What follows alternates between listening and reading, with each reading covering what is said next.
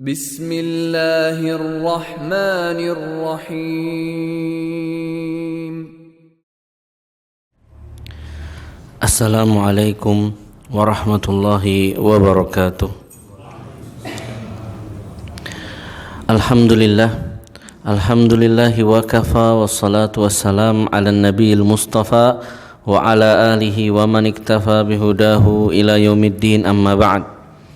Ikhwani akhwati rahimani wa rahimakumullahu jami'an. Pertama-tama tidak lupa untuk kita senantiasa mengucapkan puji syukur kepada Allah Subhanahu wa taala yang telah memberikan kepada kita nikmat yang begitu berlimpah, yang tidak akan mungkin bisa kita menghitungnya. Banyak di antara nikmat-nikmat tersebut kita lalai, kita lupa, kita menganggapnya sepele. Dalam salah satu hadisnya Rasulullah sallallahu alaihi wasallam mengatakan, nikmatani maghbunun fihima katsirun minan nas. Ada dua nikmat, kata Rasulullah sallallahu alaihi wasallam, yang banyak manusia itu lupa, lalai, terlena dengan dua nikmat ini, yaitu as-sihhatu wal faraq, nikmat sehat dan nikmat waktu luang. Seringkali kita lupa tatkala kita sehat bahwasanya kesehatan itu adalah salah satu nikmat. Tatkala kita sakit baru ingat ternyata sehat itu adalah nikmat. Tatkala dicabut waktunya, kita biasanya waktu lenggang mengerjakan hal-hal yang mungkin tidak ada gunanya di waktu kosong. Tatkala kita sudah sibuk, waktu kita tidak keburu ini, tidak keburu itu, baru sadar ternyata waktu luang itu adalah sebuah nikmat. Semoga hadirnya kita pada kesempatan malam hari ini di masjid ini termasuk salah satu bentuk syukur kita kepada Allah Subhanahu wa taala atas nikmat sehat dan nikmat waktu luang yang telah Allah Subhanahu wa taala berikan kepada kita. Amin ya rabbal alamin. Yang kedua, salawat dan salam semoga senantiasa tercurahkan kepada junjungan kita, pembimbing kita, yang telah mengajak kita, yang telah mengeluarkan kita dan menyelamatkan kita dari kesyirikan menuju tauhid, dari kezaliman menuju keadilan. Semoga Allah Subhanahu wa taala senantiasa mencurahkan salawat dan salamnya kepada Nabi kita sallallahu alaihi wasallam beserta kepada seluruh sahabatnya, keluarganya hingga hari kiamat kelak. Amin amin ya rabbal alamin. Ikhwani fiddin, akhwati rahimani wa rahimakumullahu jami'an.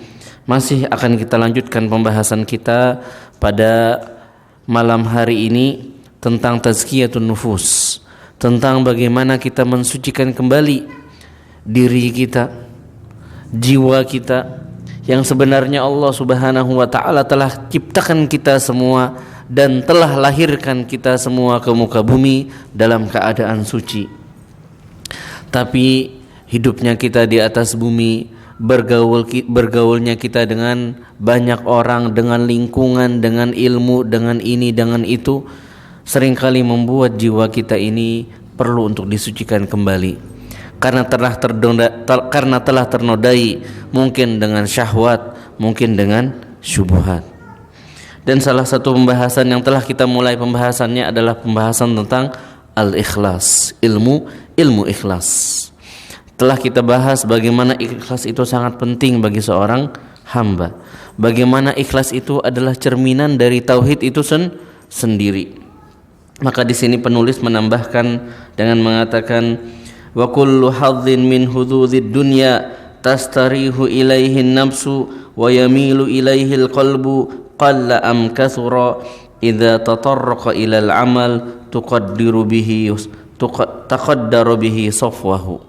Kata beliau rahimahullahu taala, segala nafsu dunia, segala urusan-urusan dunia yang membuat nafsu kita itu merasa nyaman dengannya, yang membuat hati kita yang awalnya letih menjadi nyaman, yang awalnya capek menjadi santai.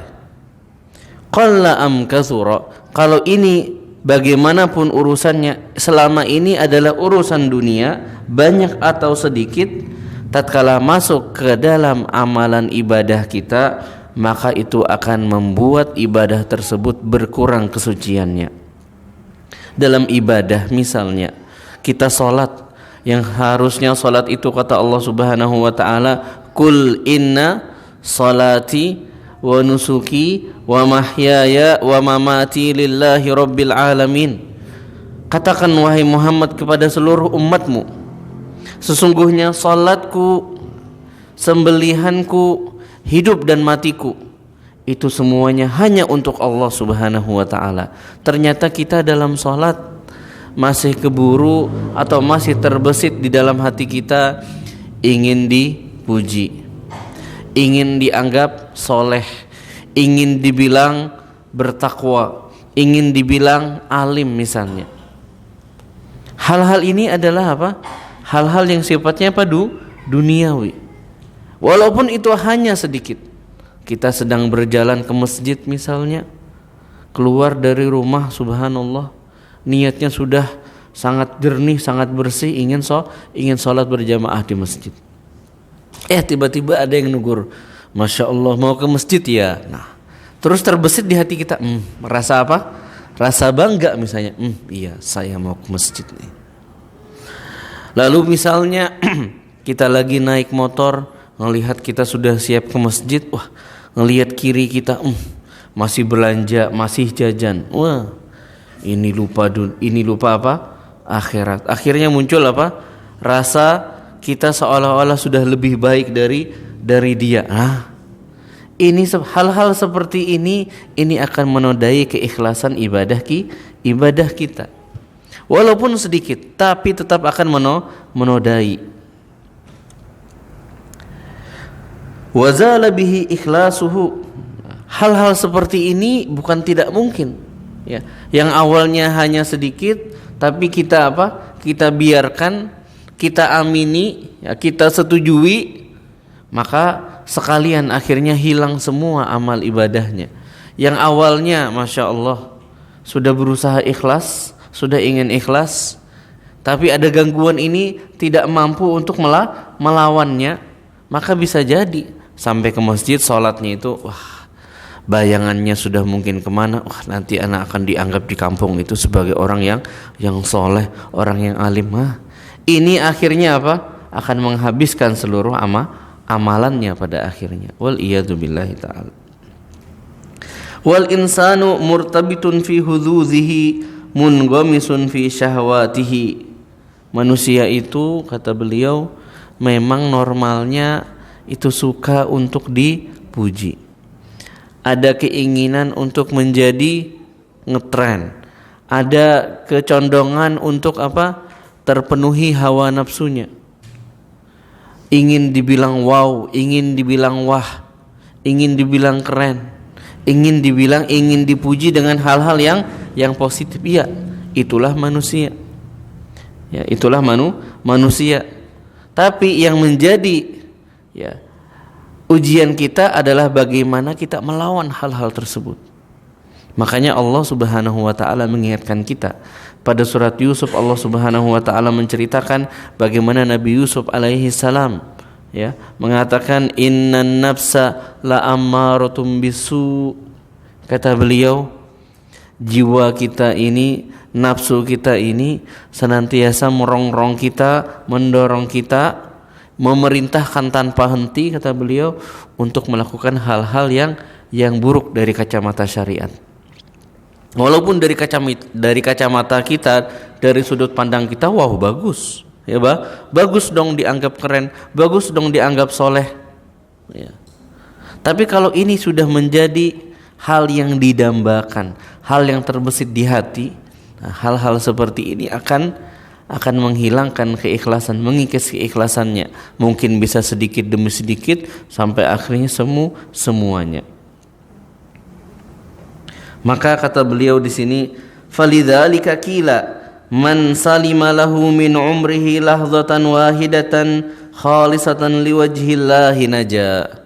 Kata beliau, barang siapa dalam waktu yang sebentar saja itu bisa benar-benar menjaga keikhlasannya, ini akan selamat. Kok bisa sebentar saja? Iya, karena sebentar saja dia mampu dan membuat amalannya itu diterima oleh Allah Subhanahu wa ta'ala, maka itu adalah ciri dia orang yang bertakwa. Dalam ayat Al-Quran Allah Subhanahu wa ta'ala mengatakan, innama yataqabbalullahu minal muttaqin. Kata Allah Subhanahu wa ta'ala, amalan soleh itu hanya Allah Subhanahu wa ta'ala akan terima dari ciri atau dari diri orang yang bertakwa. Jadi mungkin kita semua sholat, mungkin banyak di antara kita sedekah, mungkin banyak di antara kita puasa, mungkin banyak di antara kita hadir di kajian ilmu, mungkin ada di antara kita yang rajin bersedekah, memberi hadiah, mewakafkan tanah mungkin. Tapi apakah semua amalan ini akan diterima oleh Allah Subhanahu wa ta'ala? Ternyata tidak. Ya. Kata Allah Subhanahu wa ta'ala, Allah hanya akan menerima amalan dari orang-orang yang bertakwa. Cirinya bertakwa apa? 2. Amalannya harus ikhlas untuk Allah Subhanahu wa ta'ala, baru bisa diterima. 2, yang kedua adalah amalannya sesuai dengan perintah syariat Allah Subhanahu wa ta'ala, baru keterima. Baru kalau tergabung 2 ini, pelakunya disebut sebagai orang yang bertakwa, yang diterima amalan ibadahnya. Jadi walaupun ya hanya sebentar yang diterima oleh Allah Subhanahu wa ta'ala, tapi beneran diterima, itu artinya ini orang yang bertakwa. Sedangkan kita belum tahu nih betapa banyak amalan kita, bahkan hanya mungkin bisa-bisa bahkan sebagian kita hanya beramal sedikit. Sudah sedikit, tidak tahu pula yang mana yang diterima oleh Allah Subhanahu wa ta'ala. Kita harus perhatian ya. Dalam amalan yang sifatnya keburukan, itu sudah pasti tercatat oleh Allah Subhanahu wa ta'ala, hukumannya sudah siap di neraka.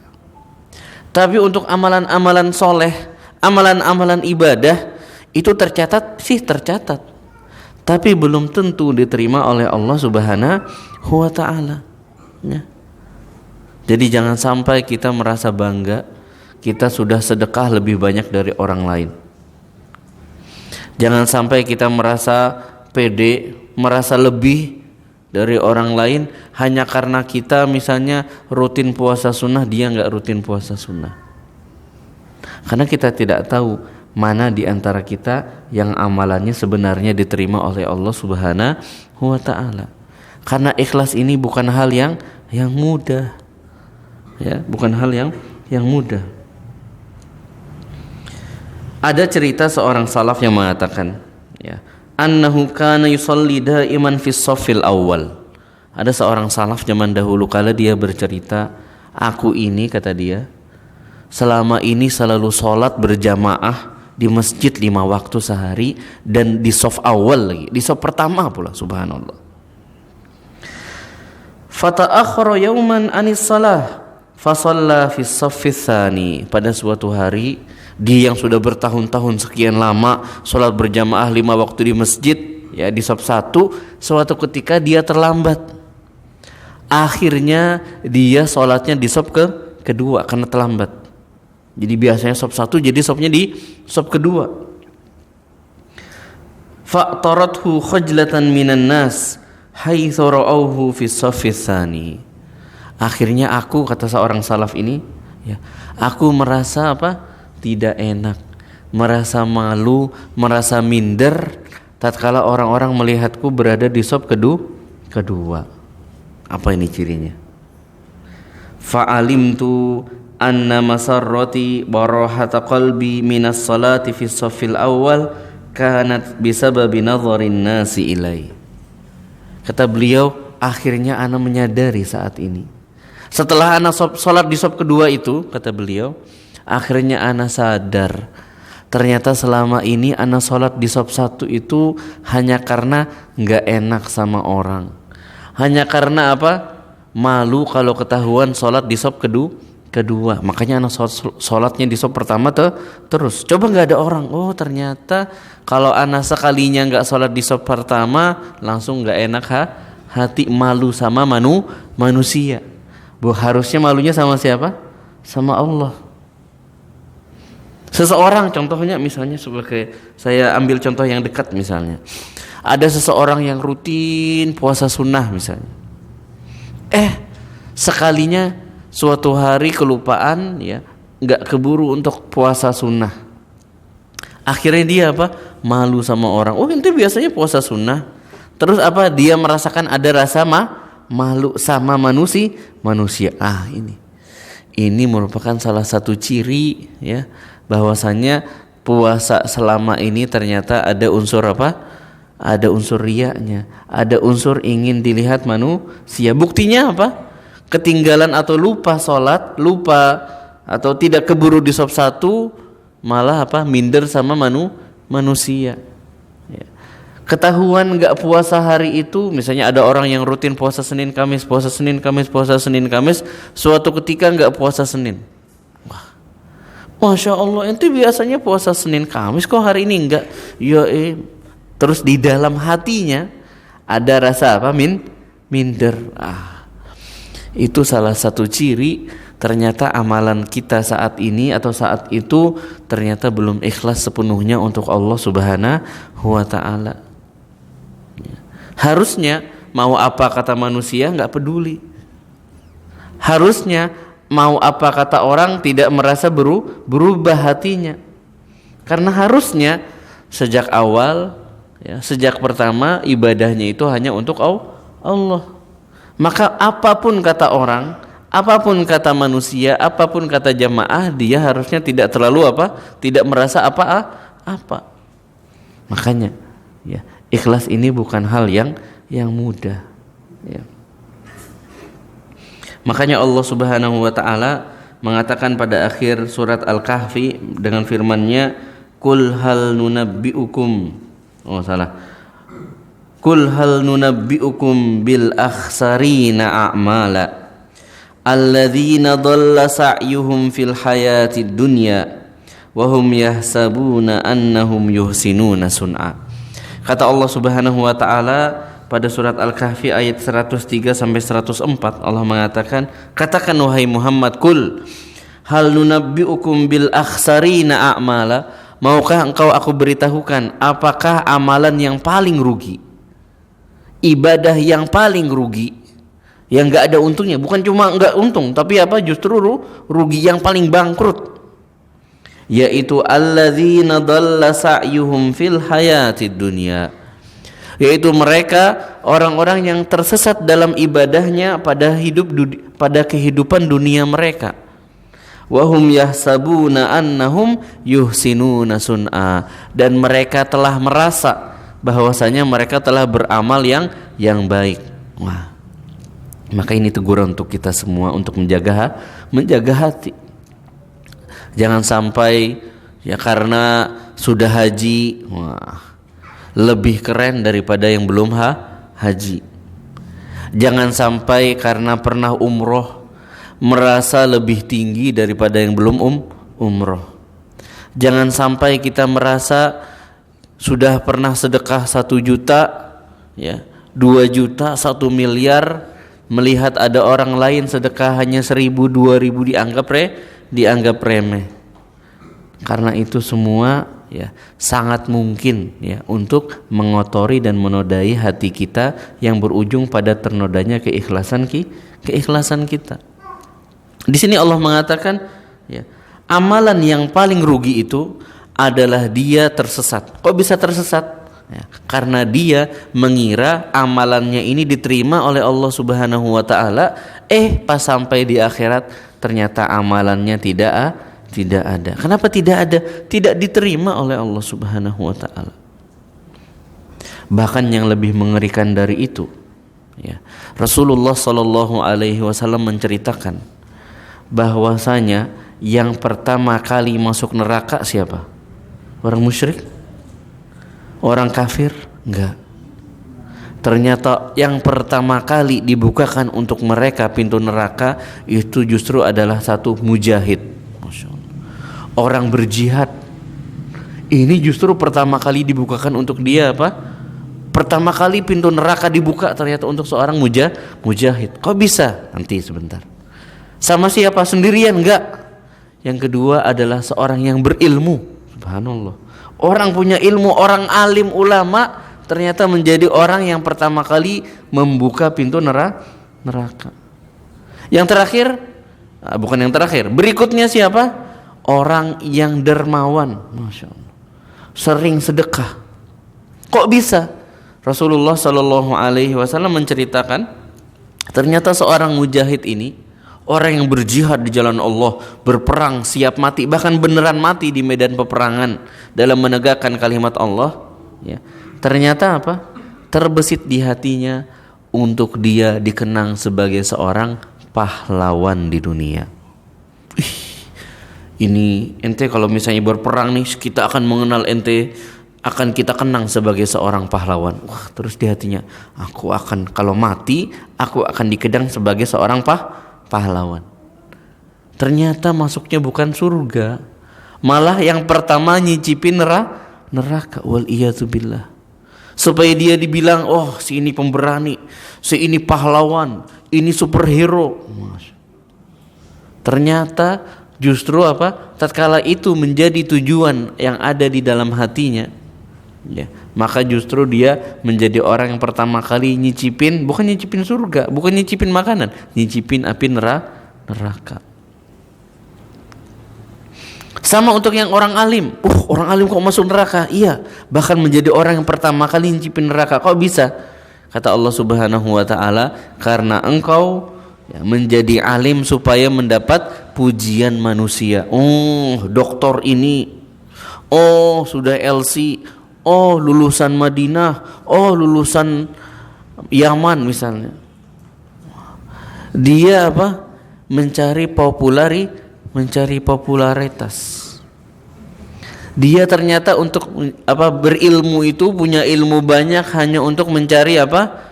Popularitas, supaya banyak pengikutnya, ya, supaya kalau dia ngisi kajian yang hadir ribuan.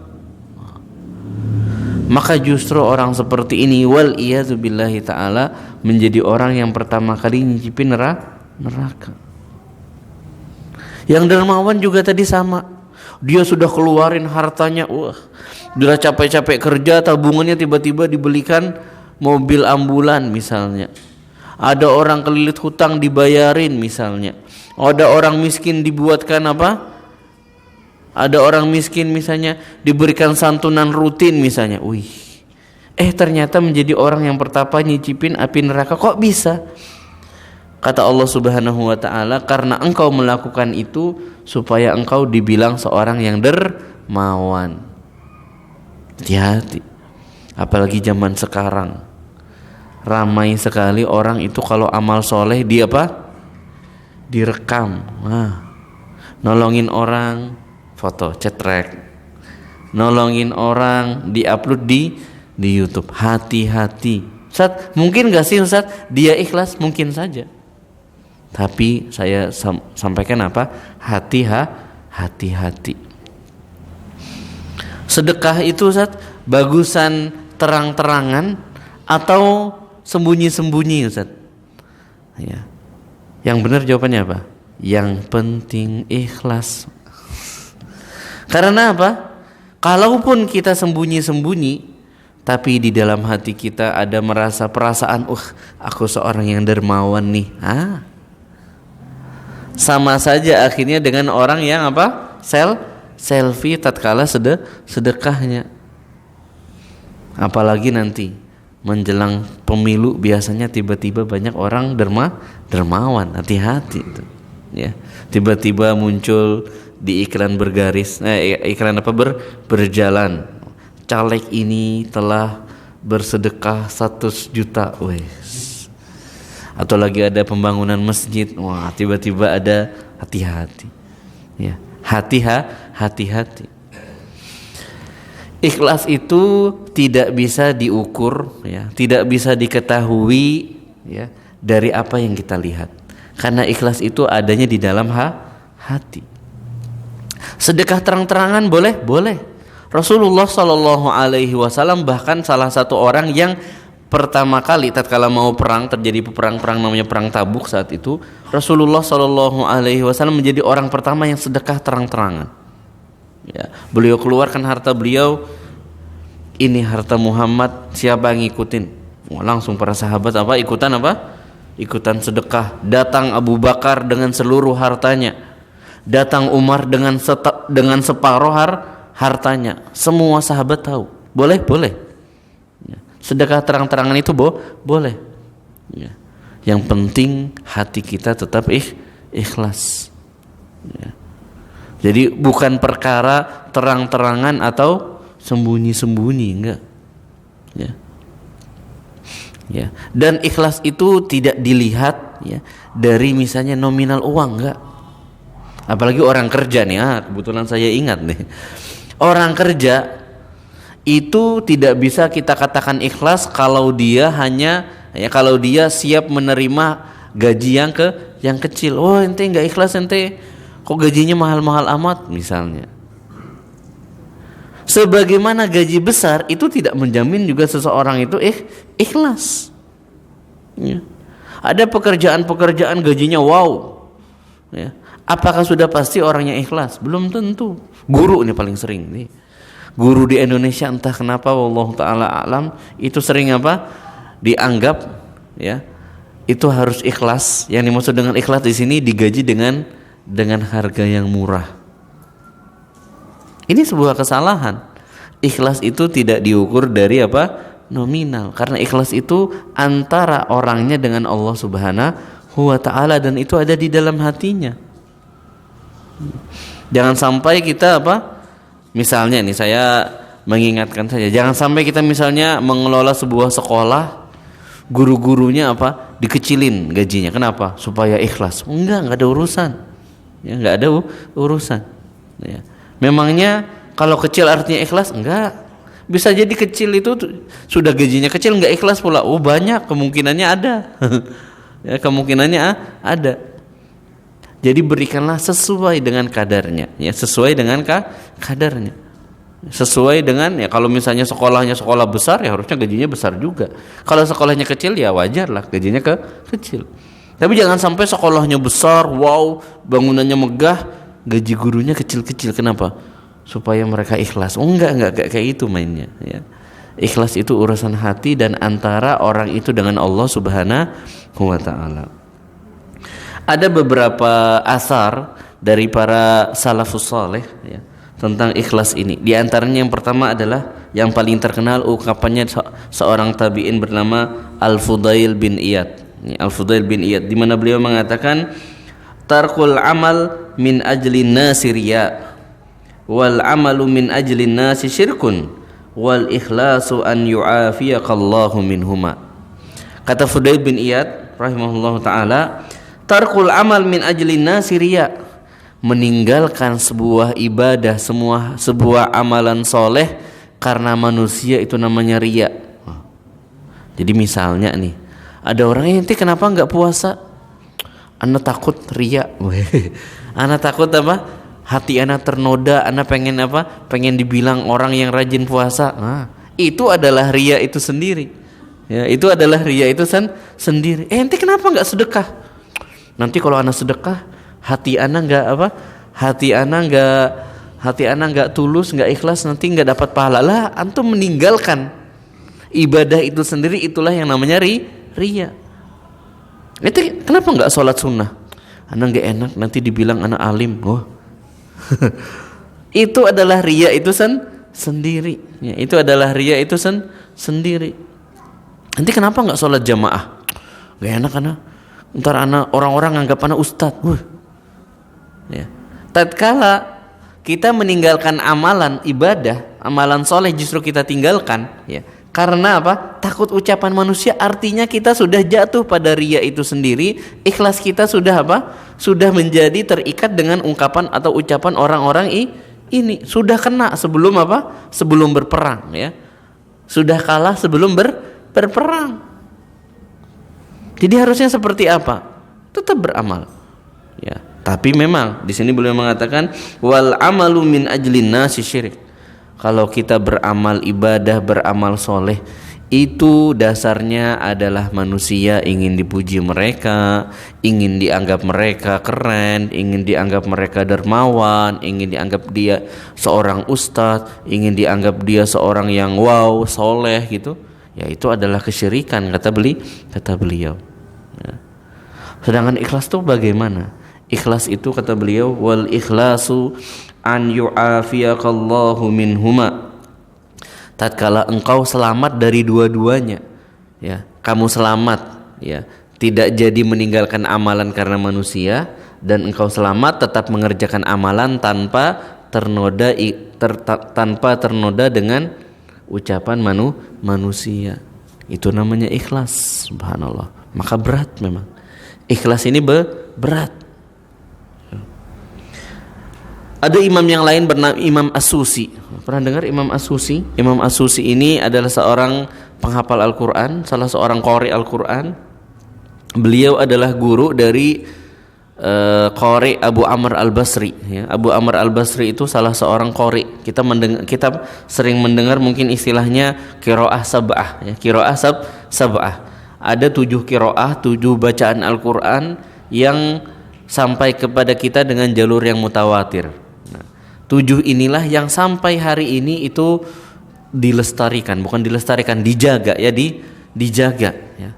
Yang 7 inilah yang terjaga sampai hari ini. Ya, kalau bacaan kita itu bacaan siapa? Ada yang tahu? Qiraah kita orang Indonesia rata-rata qiraahnya siapa? Salah. Qiraahnya siapa? Qiraahnya Imam Asim namanya. Imam Asim. Nah, Imam Asim ini punya 2 riwayat. Ya, punya 2 riwayat. Yang pertama namanya Hafiz. Nah, yang kedua namanya siapa ya?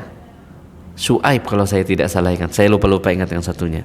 Nah, kalau bacaan kita itu jadi qiraahnya qiraah Asim melalui riwayatnya Hafiz. Jadi Hafiz itu adalah periwayat dari qiraahnya Asim, ya. Asim ini yang termasuk sebagai qari as-sab'ah, 7 qari. Yang termasuk dengan qiraah sab'ah itu Asim. Nah, Abu Amr Al-Basri ini satu rating, ya, dengan Asim, ya. Abu Amr Al-Basri ini satu rating dengan Imam Asim. Nah, dan guru beliau adalah Imam As-Susi. Imam As-Susi ini pernah mengatakan al-ikhlasu faqdu ru'yatil ikhlas. Masya Allah, indah sekali bahasanya. Kata beliau, ikhlas itu adalah tatkala kalian tidak merasa ikhlas. Ikhlas itu, kata beliau, tatkala kalian tidak merasa ikhlas. Fa inna man syahada fi ikhlasihi ikhlas faqad ihtaja ikhlasuhu ila ikhlas. Barang siapa dirinya itu telah merasa ikhlas, nah, itu salah satu tanda perasaan ikhlasnya itu masih butuh keikhlasan. Masya Allah, ya, ungkapannya indah sekali. Jadi kapan seseorang itu ikhlas? Ya, tatkala dia sudah merasa, ya, benar-benar tidak merasakan ikhlasnya. Bagaimana itu? Ya. Kalau kita masih merasa sholat, Masya Allah, sholat anak ini ikhlas, itu salah satu tanda apa? Belum ikhlas ini. Ikhlasnya masih kurang, kata beliau. Faqad ihtaja ikhlasu ila ikhlas. Sampai dia merasa sudah ikhlas, itu artinya tanda dia belum ikhlasnya sempurna. Jadi menurut Imam As-Susi, beliau mengatakan tadi, menekankan, ya, jangan sampai kita dalam sebuah ibadah itu sudah merasa apa? Sempurna. Sudah merasa ikhlas, sudah pernah, ini amalan ini akan diterima oleh Allah Subhanahu wa ta'ala. Itu justru menjadi tanda-tanda, ya, sebenarnya ikhlasnya masih kurang, masih butuh diikhlaskan lagi ikhlasnya itu. Yang berikutnya adalah ungkapan dari seorang tabi'ut tabi'in bernama Ya'qub Al-Hadrami. Sama, beliau adalah seorang qari Al-Quran juga, pembaca Al-Quran juga. Beliau mengatakan, al-mukhlisu man yaktumu hasanatihi kama yaktumu sayyiatihi. Kata beliau, seorang yang ikhlas itu adalah orang yang pandai, yang pintar menutupi, ya, menyembunyikan amalan-amalan solehnya sebagaimana dia menyembunyikan amalan-amalan buruknya. Nah, itu adalah, kata beliau, salah satu ciri-ciri orang yang ikhlas. Kita pasti nggak ada yang mau ketahuan, ya, melakukan maksiat, ya. Padahal kita ini banyak maksiatnya, banyak dosanya, banyak kesalahannya. Tapi pasti apa? Kita nggak mau ketahuan nih dari orang. Kenapa? Jaga image dong. Dan tentu memang seorang manusia dilarang untuk mengumbar kemaksiatan, ya. Nggak boleh. Ya, nggak boleh apa? Kalau orang sudah sampai taraf mengumbar kemaksiatan, itu bahasa istilah syar'inya adalah seorang yang mujahir. Orang yang bermaksiat dengan terang-terangan itu, Kata Rasulullah Shallallahu Alaihi Wasallam, susah untuk taubat, ya, susah untuk taubat. Kalau orang sudah terang-terangan berbuat maksiat.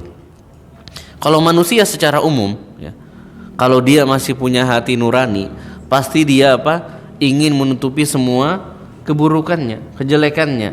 Dan kita semua punya keburukan, kita semua punya kejelekan. Ya.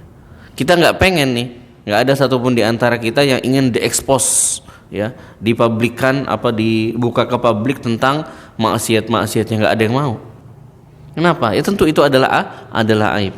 Ya, adalah aib. Nah, seorang yang mukhlis, seorang yang ikhlas, kata beliau, kata Imam Ya'qub ini, adalah orang yang juga tidak mau terekspos amalan-amalan solehnya.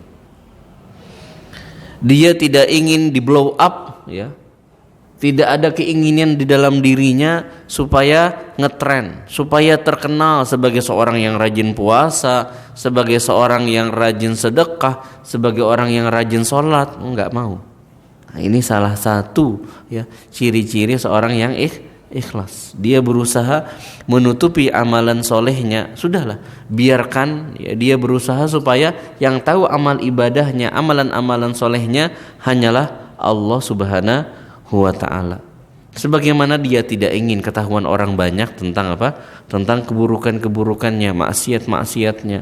Ya, kita ini semua masih seringkali terbawa hawa nafsu, dan kita tidak ingin terekspos kapan saja momen-momen kita yang sedang terbawa hawa nafsu.